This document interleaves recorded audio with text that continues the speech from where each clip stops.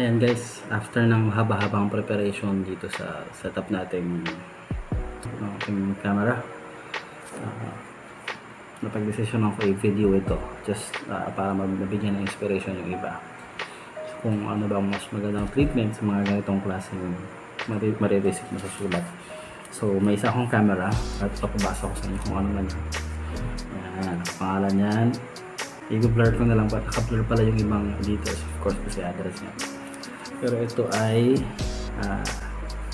credit card, bale. So ang kwento is September last year, tumawag sa akin yung BPI offering na baka daw yung luko daw ng BPI ay gusto ko raw papalitan ng gold credit card. So initially pumayag naman ako. So, nag-push nga, binayaran ko rin ito mga 400 plus yata yung upgrade. So after a while na-cancel na yung Blue na card, and then ito na yung pumalit. And then one of the reason why I'm doing this video is because nabagmuk ako sa utang dahil dito. And then nauuso lately yung linyahan na maka-anti Marcos, sabi never again. This is my version of never again, and this is nothing political. That's more on personal decision, financial decision. So I decided to film this para pakita naman yung commitment, at para rin sabi ko nga, para mas ma-inspire yung iba about having credit card, that about deciding na never again talaga. So yan. So a little backgrounder pa. So sabi ko, nalugmok ako sa utang, but eventually March this year fully settled ko siya. And then so I decided i-cancel yung card, ipa-cancel na all yung credit card service. I mean, unfortunately yung ginagamit kong card number is yung sabi kong pinalitan to, yung blue. So September pa yun ako napalitan. So effective siguro noon October last year, and ngayon ko lang ito na-receive, by the way. Kasi ang kwento is pinadala ito sa previous address ko sa Manila, and of course for some of my friends, alam nila na sa Pangasinan ako. And then so eventually padala naman nila dito sa branch ng bayan kung saan ako nakatira. And then na-receive ito November 11, 2020. So more than almost a year actually, pero more than a year na itong existing na card na ito, more than a year na.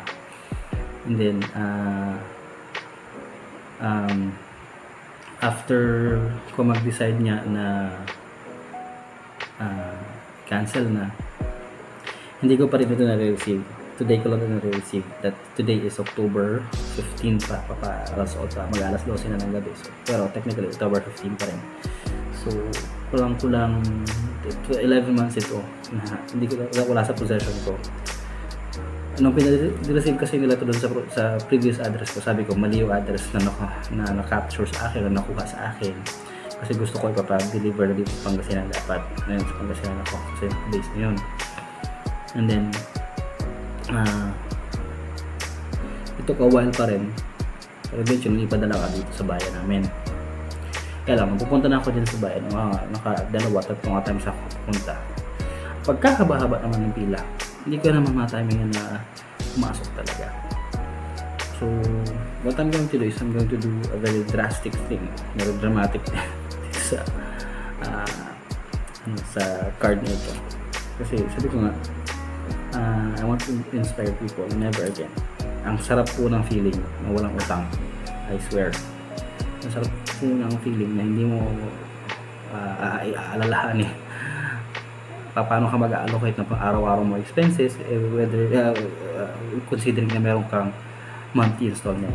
So may good and bad din yun, kasi yung isang installment na binili is yung washing machine ko na hanggang ngayon gumagana pa naman automatic, na pagpasok ng labada lalabas mo na lang, isasampay na lang. So good investment yun on my part. So what I'm trying to say is, ang credit card kasi has taught me na it's alright na mag-charge lang for now yung mga consumer items. So in short, consumer debt, malakas ito sa consumer debt. Yun ang problema. Yung consumer debt kasi, ang worry natin, ang tingin natin sa kanila, liit-liit lang. Pero nagpo-pile up kasi at dumadami. And then doon tayo nahihirapang magbayad. So, what I'm going to do right now is a fulfillment ng commitment na never again sa mga consumer debt, never again sa credit card. So, let me try to do this, sabi ko kanina, dramatic thing. Using this handy dandy scissor.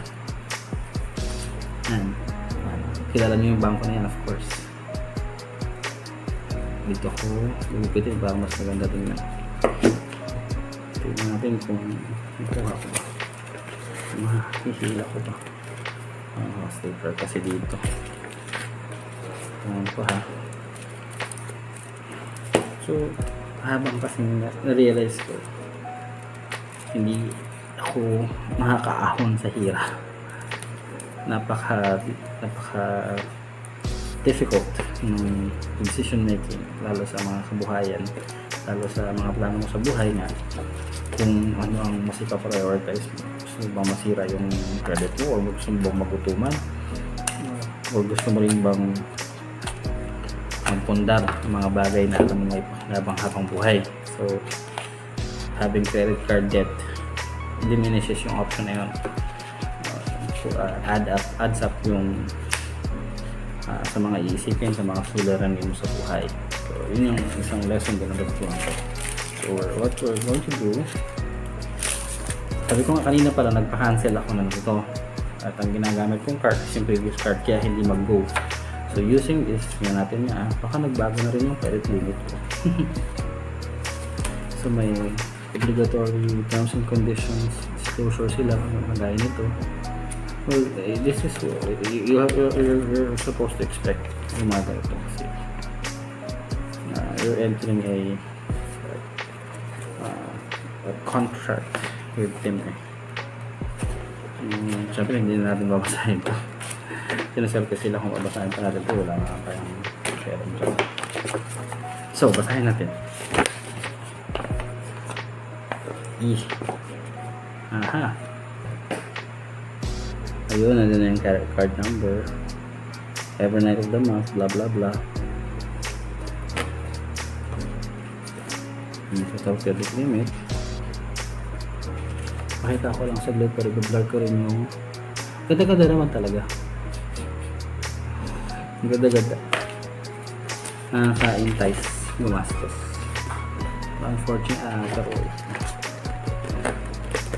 Unfortunately, if you're going to do that, if you're going to decide to commit dun sa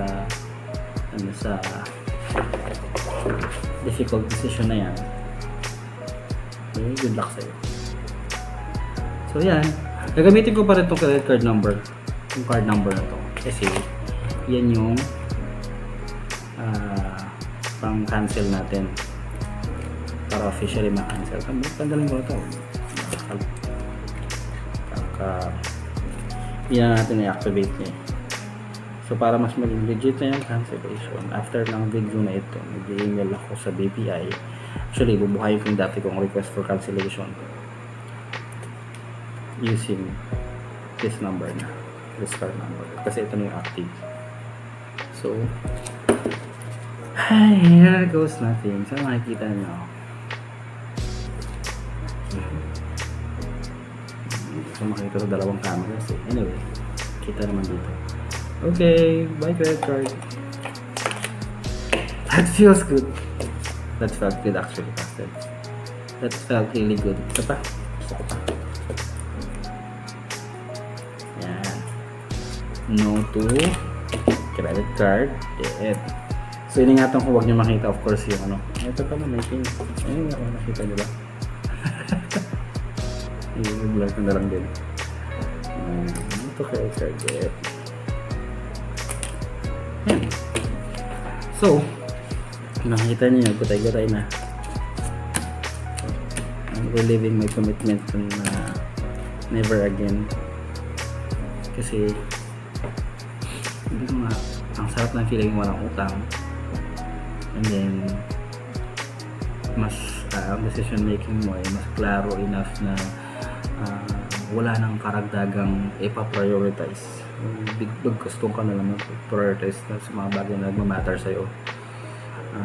Kung hindi kayang gumastos for now dahil kulang yung cash, dahil sa pang-araw-araw ay kumbaga yung mga wants ay hindi kayang gastusan, so doon ka muna sa necessity or necessities. So huwag ka muna gagastos ng beyond sa capacity mo bayad ng cash. May mga taong okay lang sa kanila na may credit card debt kasi kaya nila, kasi ultra ano naman sila, ultra hyper income generator naman sila. Kagaya natin na simpleng tao lang, hindi natin kaya gawin, hindi natin kaya tapatan. Pero what we're trying to do is to make the right decisions every now and then. So ayun, sana makatulong na tong video na mabigyan ko ng mas magandang perspective sa pagkuha ng credit card debt. So maraming salamat sa panonood at magandang umaga na.